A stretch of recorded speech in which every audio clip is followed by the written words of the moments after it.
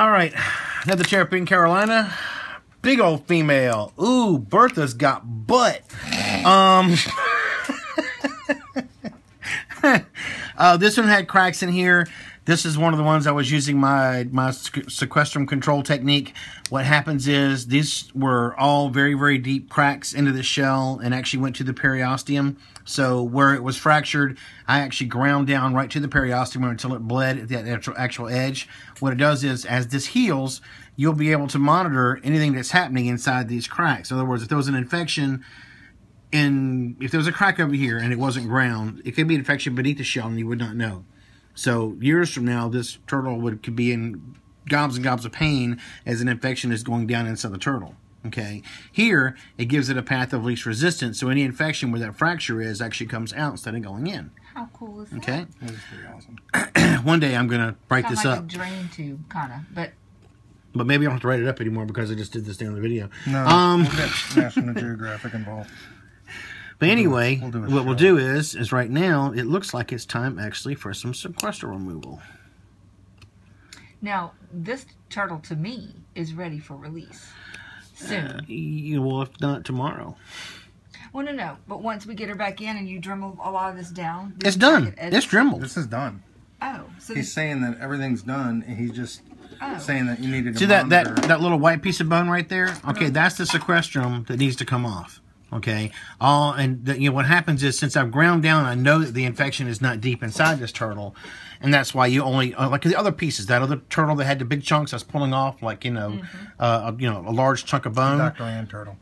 yeah, the Dr. Ann's gonna a cost turtle. Anyway, and you use the wire here to keep all this together, and make sure it was nice and tight. So what's going to happen is once this stuff falls off, it's going to be the hard protein coat beneath it, and it'll be impervious to the maggots and so forth. And ready to go. Yeah. I like it.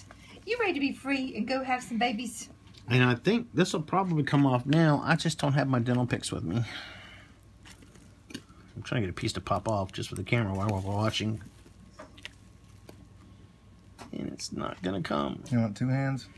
I'll hold her? Or Sure, try it. There's a slew of tools behind you, too, if you want something. I don't think they have this back there, what he's looking for, though. Well, this is a pair of scissors I can ruin, so. Don't pee on the doctor. See how that comes off? Look at that. So that is relatively fresh shell underneath it. And once all that stuff is out of there, this one will give the Dr. Ann for sure. Yeah, this is frustrating even for me. And she would sit and pick, won't she? Oh yeah, she would. Yeah, we'll give that to her. Okay, that's one we can bring back to her. Dr. Ann, you got two pets, Dr. Ann. Hit by car, leg, and hinge check. That was March 15th he came in. His eyes swollen up. They actually have two eyes. He said he has an eye. Come on, that was funny. I'm laughing. You hear me? I'm laughing. Come on, come out. Come out, come out, wherever you are. I know you're in there. Come on, pokey, pokey, pokey. That was the face smasher. Yes. Okay, yeah, all right. So, I can see why you're hiding. Tears of goo. God. So this is what it looks like? That should be a euthanasia case, I think. What do you think? Yeah, them eyes are swole after March 15th was the hit day.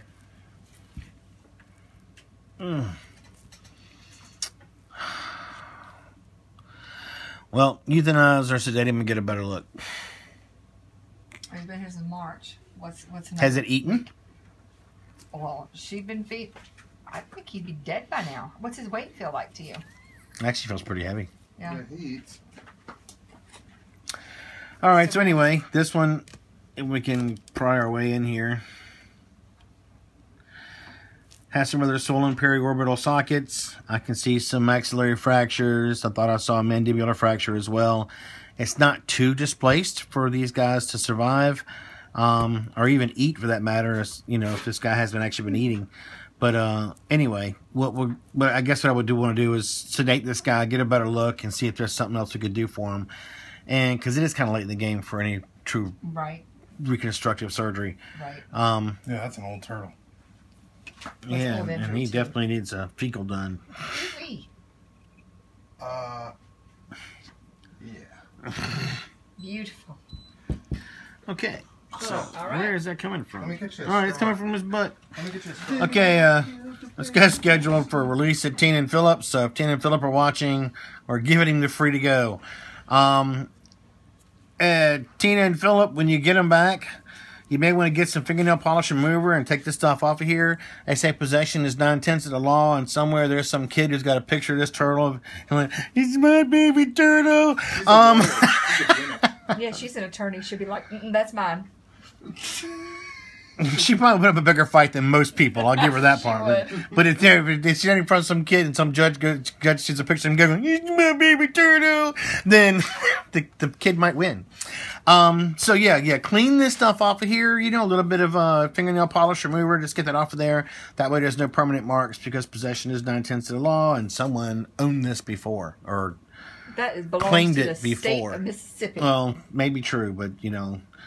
Being a lawyer and a person in business, she doesn't want to be stealing some baby's turtle. Did we have to say her name and tell what her profession she was? Well, yeah.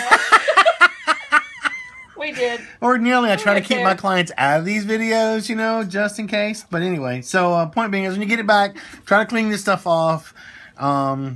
If we don't, then Doug is going to Dremel it off, and we know what his power tools can do. Whoa. All right, there we go. All right, to be released. Okay, do that again, boys. No. It's from the buzzard, from the... I already don't know. My mama done told me. Find something for dinner. All right, overbite. I've met this guy once before. Wait, let's see. He's got a massive overbite, folks. Look, he's like, y'all got me some dinner. Look, y'all, do not use chewing tobacco. It's bad for your turtle's health. This was a skull man back in the day. All right, I've met this guy once before. We call him No Jaw. He's actually a very cool tortoise. We don't know what happened to him, but if you look really, really closely, you can tell that most of his mandible is completely missing. And I can't get him to do it. Maybe I can do this. He'll open his mouth when he's upside down. He eats with his little tongue. It's the cutest thing in the world. Let him open his head in a minute. He tries to go overboard. He'll use his nose. Hello, the backstroke. This is how you do the backstroke. God, he's cute. And he's peeing. Oh. Now, we got to be careful, though. This guy's beak here, since it has no apposition, is going to get overly long. Okay. So when he starts having a hard time eating, we should probably go back. See, there you go. There you go. They actually open right there. His head looks like a little snail. See him pushing. So you can see his jaw open right there as best it can. He's got a little bit of mandible left, but he doesn't have any that the keratin sticks to. Do I need to clean any of that out, Doc? No, I cleaned the pee off my lap. Right there, I mean, underneath? I don't know. Like a dental? You know what I'm saying? No, it's just food. Okay. Okay. He does eat very well.